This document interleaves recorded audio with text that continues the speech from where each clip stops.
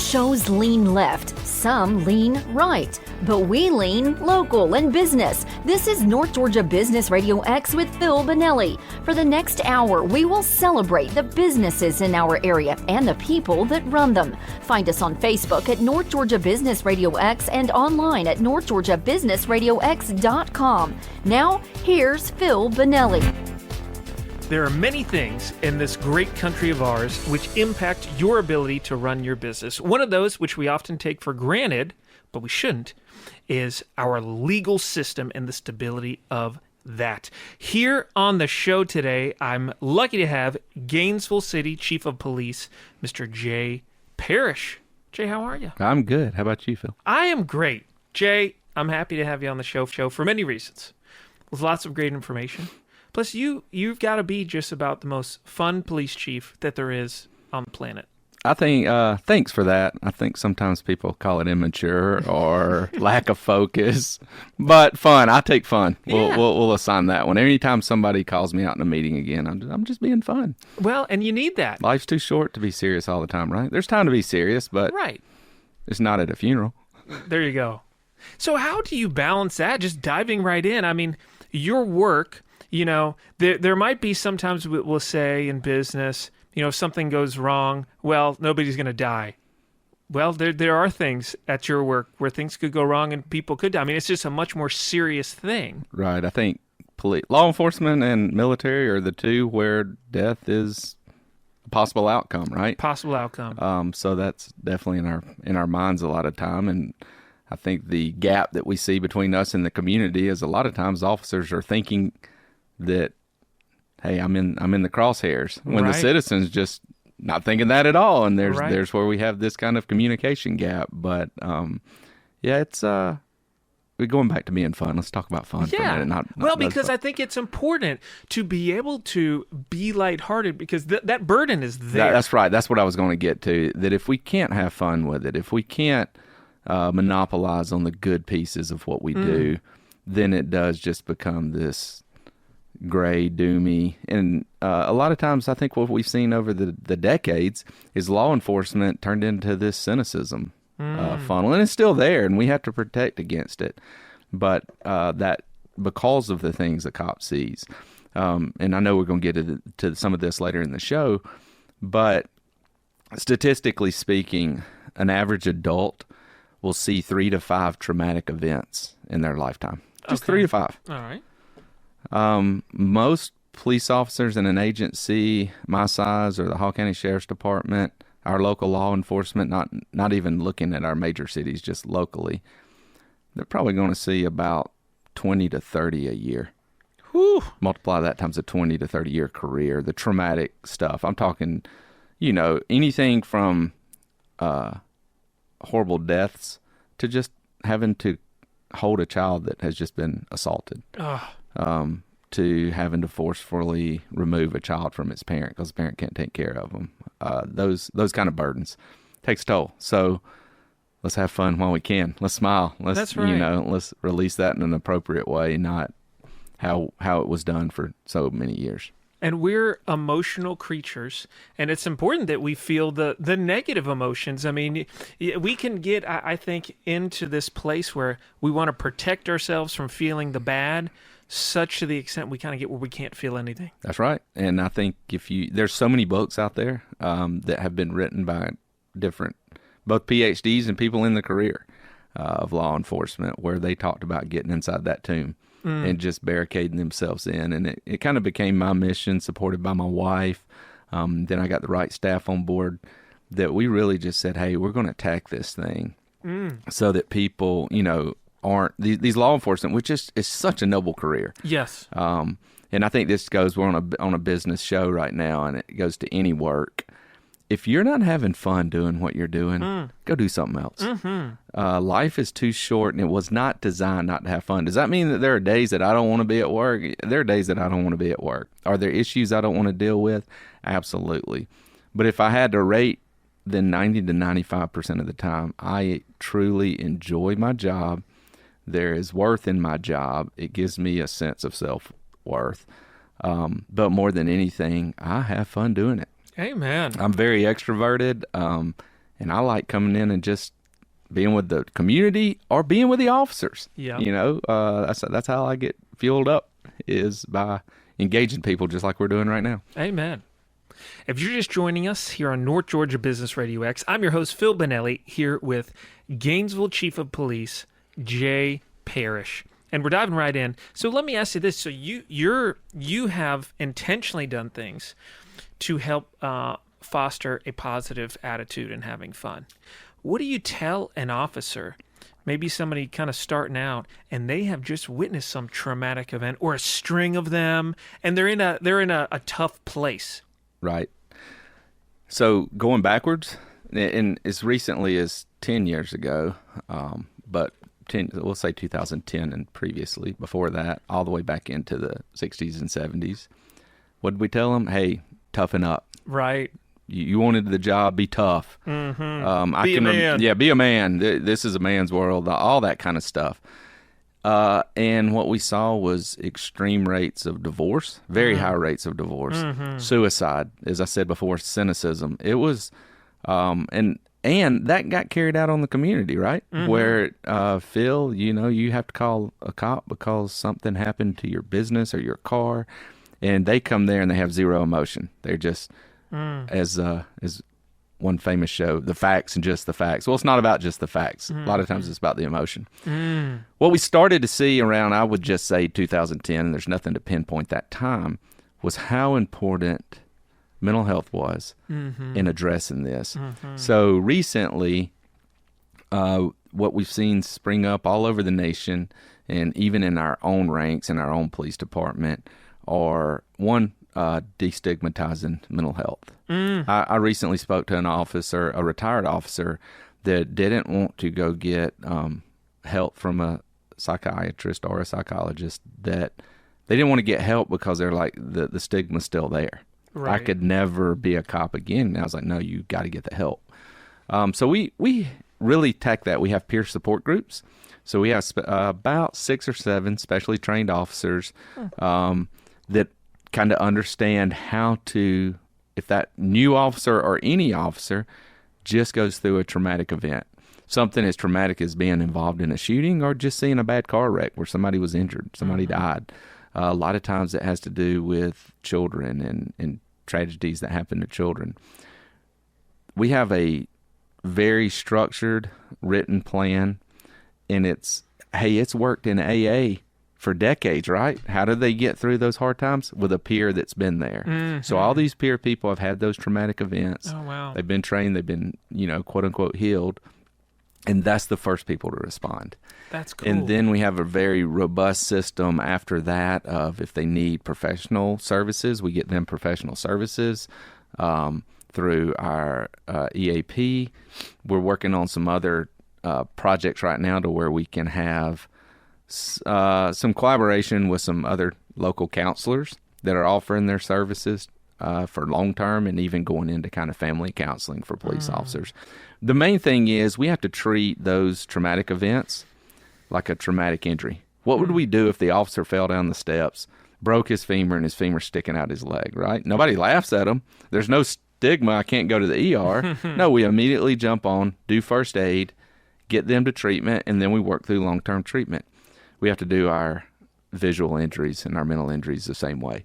Get the people there, deliver the first aid, the mental health first aid, and then get them into some kind of long-term treatment so that we can save that career, save that dad, save that mom, and have them be in function. Because if they can't function well in their own life, then they can never be a police officer, right? Right.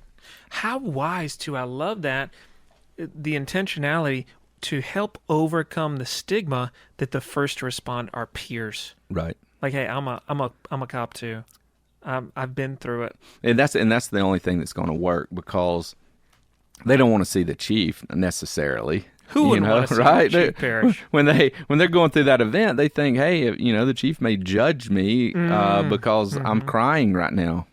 Yep. And they don't want they don't mind a fellow officer, same rank, same, and they see, hey, Zebras like zebras, right? I know you went through this. So those networks are really becoming stronger in law enforcement, and that peer support network's really going to make a difference in how officers respond to the public. I love that. When we get back from the break here on North Georgia Business Radio X, let's dive into the ways that you all are serving the community as it regards mental health issues.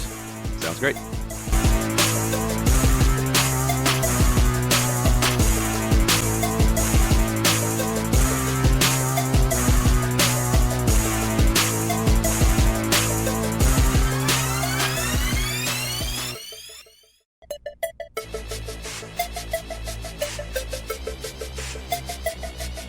How do we treat the mental health of our community and not just the physical health? Welcome back to North Georgia Business Radio X. I'm your host, Phil Benelli, here with Jay Parrish, Chief of Police for Gainesville.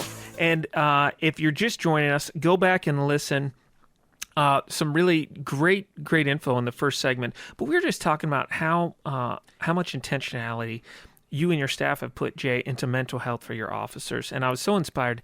Tell us about, I know mental health is just a big issue in our community. Absolutely. I think if you look at the local health system and their health needs assessment 3 years ago or whenever they did it, behavioral mental health was like one of the top things, right, for our whole region. And you don't have to look far. I think the biggest thing is a lot of work has been done locally to destigmatize mental health generally, so people are more open to talk about it. Like if anybody wants to join in the conversation, I'll tell them about the depression I went through or how I have family members that suffer from anxiety. I learned a lot about it. However, right before I was appointed police chief, I knew I'd be going through the interview process for chief. And although I'd worked here for almost 20 years at that time, I still had to sell myself because certainly the city manager and the mayor and council at the time, Gainesville's a lucrative place. They could have pulled a police chief from anywhere with a lot of accolades behind their name, and I had to get them to take a chance on me. And to do that, I did just kind of an in-depth study of what we needed, what needed to change, and what programs could I bring forward.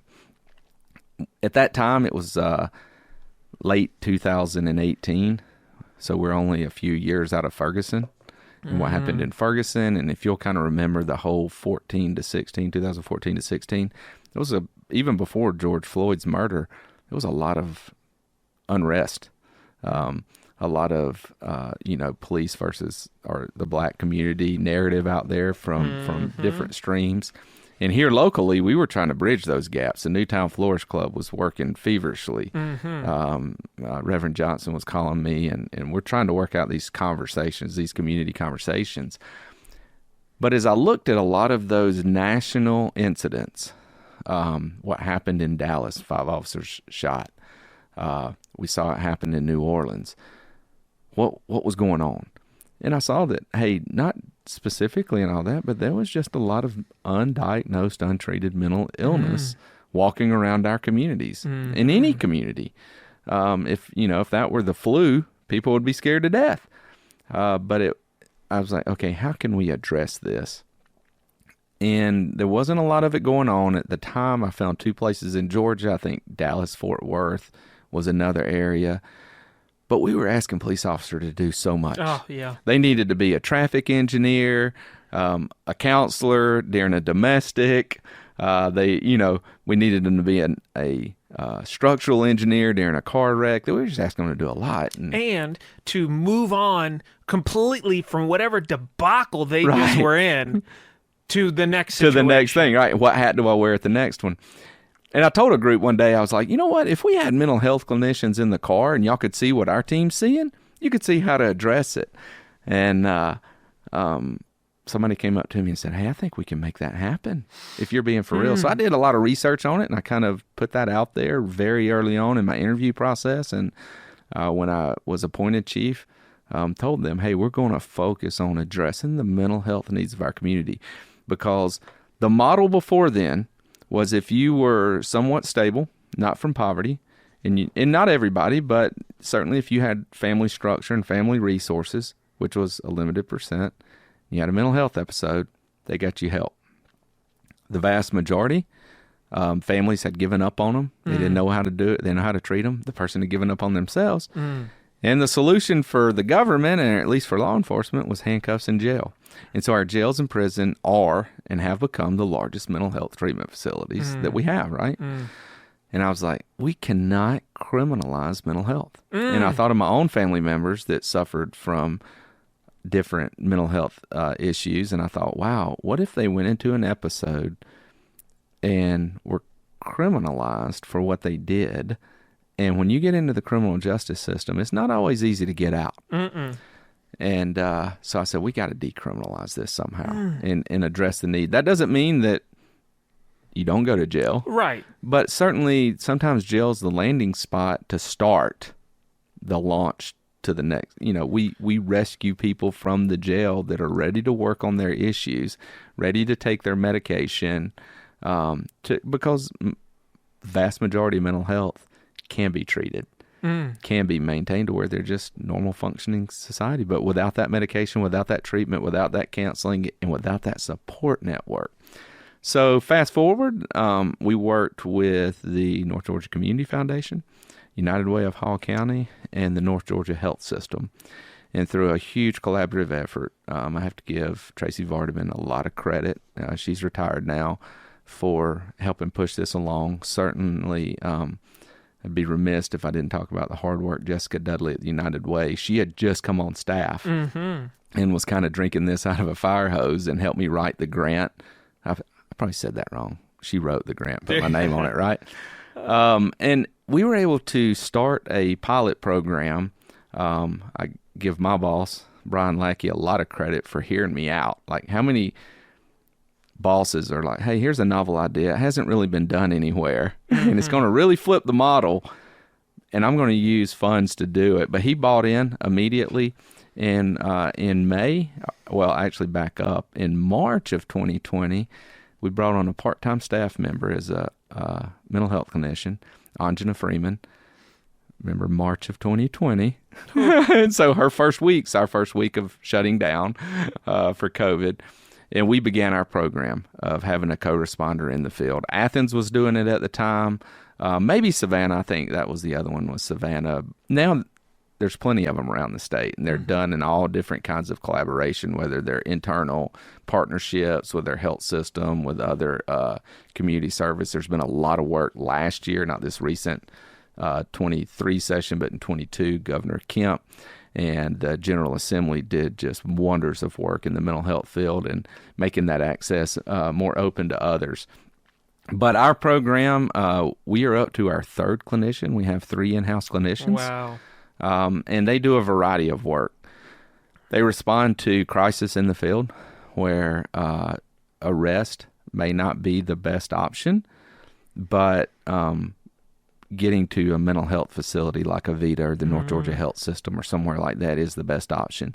And those clinicians can make that happen. A lot of what we do is just follow-up.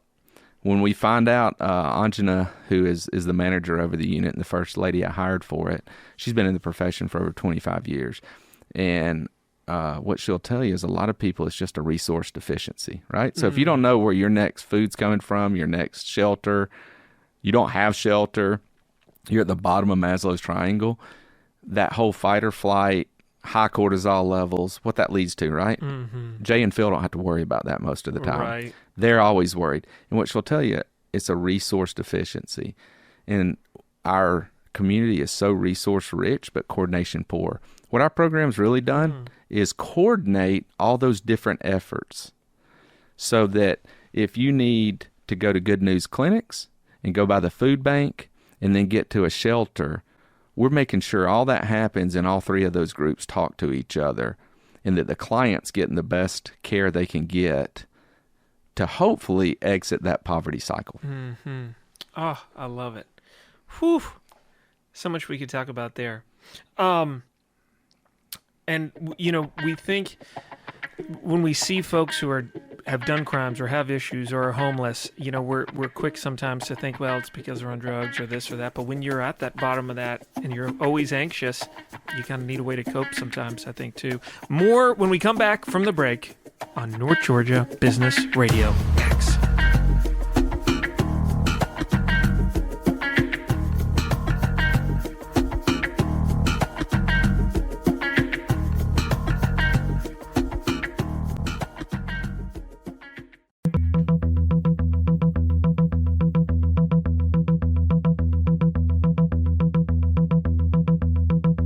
Welcome back to North Georgia Business Radio X. I'm your host, Phil Benelli, here with Gainesville City Chief of Police, Jay Parrish.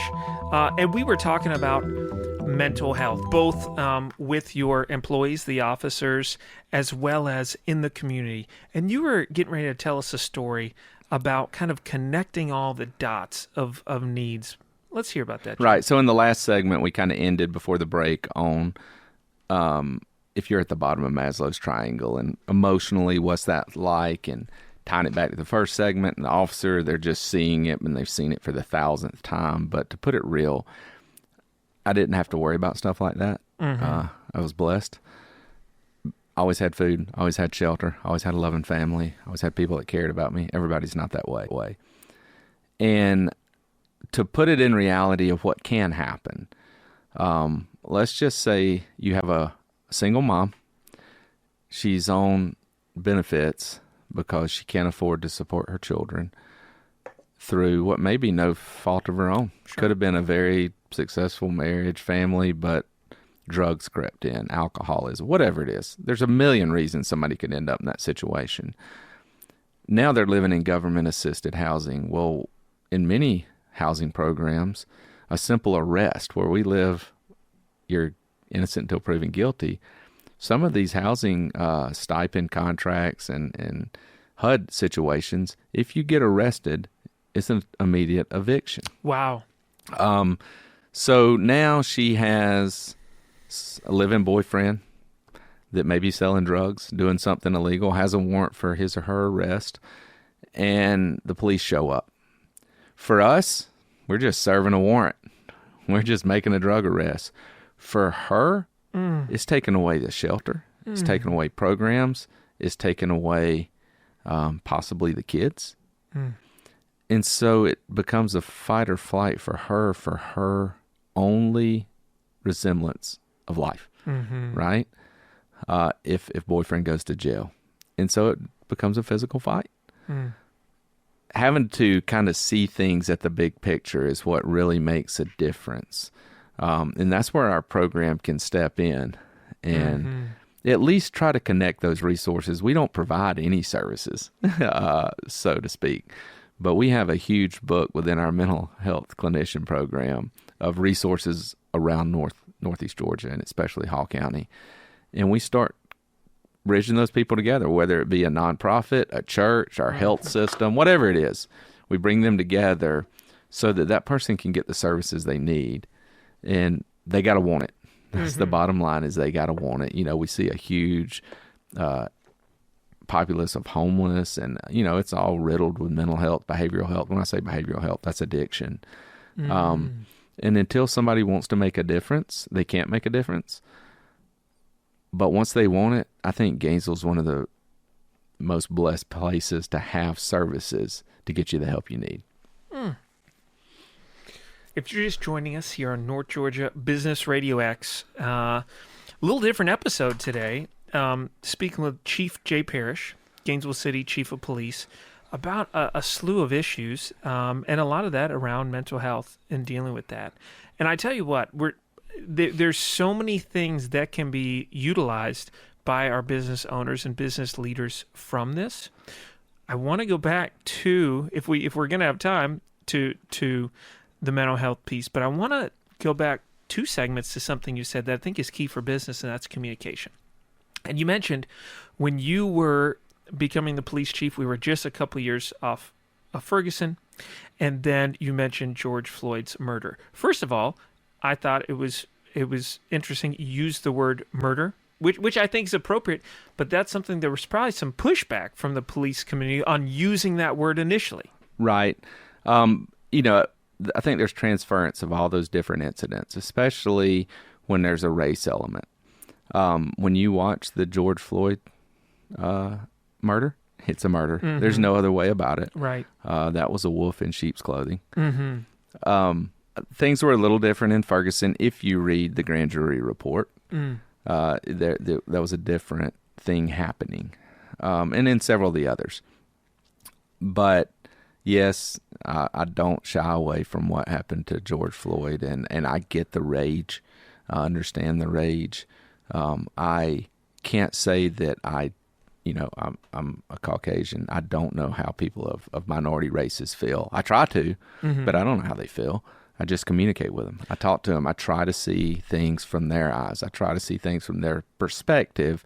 I think what shuts us off, and we're seeing it way too much in the political arena, is where you only see one side of the issue. Right. That didn't happen in the 70s and 80s in politics. But now it's like we're polarized to the fact that we're willing to fight for an ideology of politics instead of an ideology that'll make a difference in their afterworld. But, to come full circle, I think law enforcement leaders have to really be on top of what's going on nationwide, because what's going on nationwide is affecting our local communities.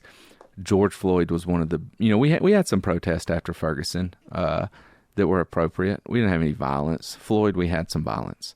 I had an officer that lost some hearing because he got hit in the head with a firework. We had a lot of damage. But at the same time, though I don't condone it and I don't think it's okay, I did understand the rage. Well, and I think, the populace, the citizens, are your customers. 100% they are. And, in business, there are sometimes issues that we have with customers. And I distinctly remember during George Floyd protests and everything, you guys were right there. You got all the shareholders from Gainesville PD, Sheriff's Office, judicial system, and said, hey, protest, let's talk. We want to talk. Right. We want to have a conversation. And I love that. So much communication. I would love to take credit for that. I got to give it to Reverend Rose Johnson and her team at the Newtown Florist Club. But yeah, we all had to come together, because I think what we've all said is we don't want Ferguson, Minnesota, New Orleans. We don't want that in Gainesville, Georgia. And so we got to communicate and we got to share with one another. And I think it did help to have some police officers out there that, and I say this all the time, it's easy to be mad at a cop. It's hard to be mad at somebody that you know on a first name basis. So the more people that we can call, you can be in disagreement and you can call and say, hey, I don't like what happened, but to just assign this hatred to somebody you don't really know is easy. To assign that hatred to somebody you know is a lot more difficult unless they have personally wronged you. And it's even more important, as you mentioned, with what goes on nationally, because I remember during those conversations, people had concerns and they're like, hey, what about this? What about body cam this or that? And you're like, well, we don't even do these things in Gainesville. Here's what we do.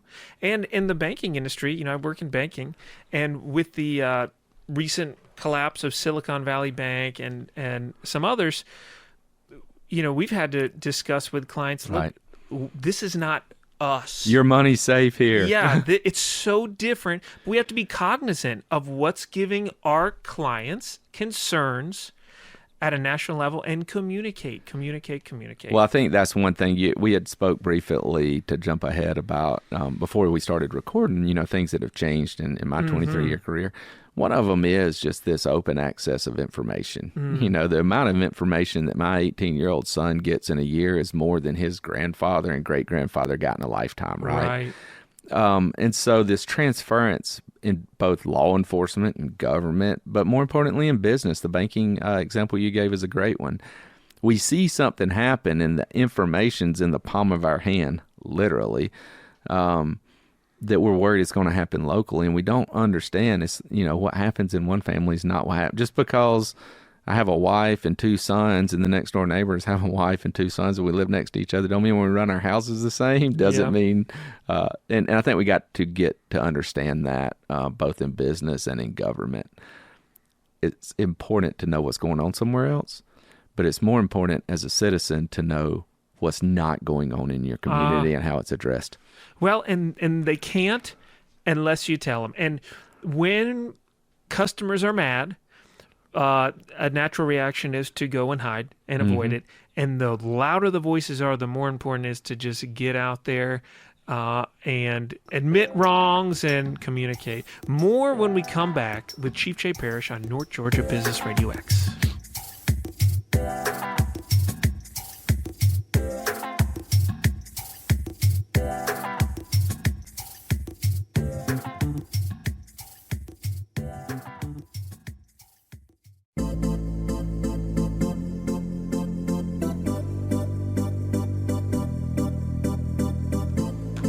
Sometimes we hear that cash is king, but is it really that communication is king? Welcome back to North Georgia Business RadioX. I'm your host, Phil Bonelli, here with Gainesville City Police Chief Jay Parrish. And if you're just joining us, really go back and listen to the prior 3 segments, some great information. And the most recent part of the conversation was about communication, especially in those times of difficulty. So we had these events, and we were discussing, Chief Parrish, before the break, about when there were some protests around George Floyd and things like that, and coming together as the community to conversate. So that was an event, and I'm sure there were several conversations from that due to this, let's say, customer concerns. Right. So that kind of is lots of things do kind of passed like a wave in some ways. What's an ongoing community conversation strategy? I think just these town halls that we have from time to time. We can't get so focused on Zoom and these online. They're good platforms, but I do think our social media channels are a good ongoing conversation. What are we putting out both internally and externally through our social media channels? If you're running a business in 2023 and you don't have a very defined social media presence and you're looking for new customers, you're not going to find them, because that's where people are going for information now. So I think our social media channels are an ongoing external piece that we have, kind of just letting people know this is what's going on inside your Gainesville Police Department. Chief Jay's TikTok. We haven't got to the TikTok yet, but I think, I watch TikTok all the time. What was one we were going to do on YouTube? Chief Chats. Yeah, what's going on today? Chief Chats. But I think social media is a big one. And then anytime you get an opportunity like this just to speak to the community, whether it's through a radio microphone or in public, civic groups, you've got to be willing to take those and answer those sometimes very tough questions of what's going on. Because I tell our team a lot of times, it may be a horrible analogy for those in the hotel industry, but it's the one that I can come quickest to.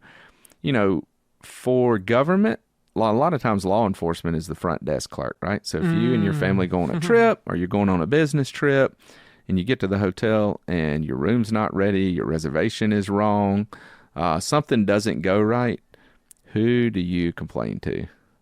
The man or woman at the front desk, correct?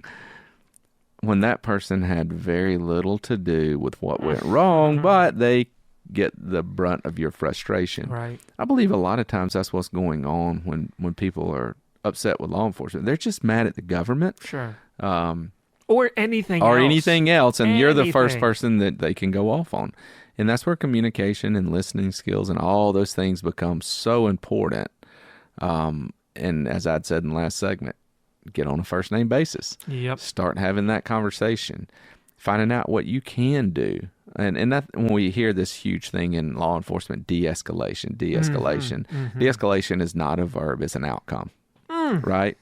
The tools that we do to get there are the process of de-escalating a situation. And many times that's listening. And we try to, hey, I'm Jay, what's your name? How can I help you? We're here to help you. Some of those reiterations of, we do want to help. On the dollar bill, if you look at the back of a dollar bill, you'll see the eagle. In one hand, he's got arrows. In the other hand, he's got an olive branch. I think many times that's the American law enforcement officer. I'm bringing you the olive branch of peace, but I have arrows to protect this community and protect myself if need be. We want you to take the olive branch. I think in business, we have this old adage, the customer is always right. Well, if the customer's always right, a lot of businesses will go bankrupt, correct? If I build a house and I hire a housing contractor and I say, hey, $100,000 was the budget, and he's like, no, you told me $200,000, he's not going to leave $100,000 on the table. So I think having those open channels of communication, our phones destroy that. Oh, yeah. I think email is used inappropriately. I think text messages. You can't have true conversations with emotion through. They're great resources, don't get me wrong. Hey, I'll be there in 10 minutes. There's not a lot of ambiguity in that. But if you need to have a discussion, you got to have those voice conversations, and that's in any business. If to tie it back to mental health, we spend a third of our lives at our job or more, for many of us more. If we're not acting the way that we normally act, then somebody's got to reach out. If I notice that somebody who's never late for work has been late 4 times this week, don't come at them with, hey, here's your write-up. If you're late again, you're fired.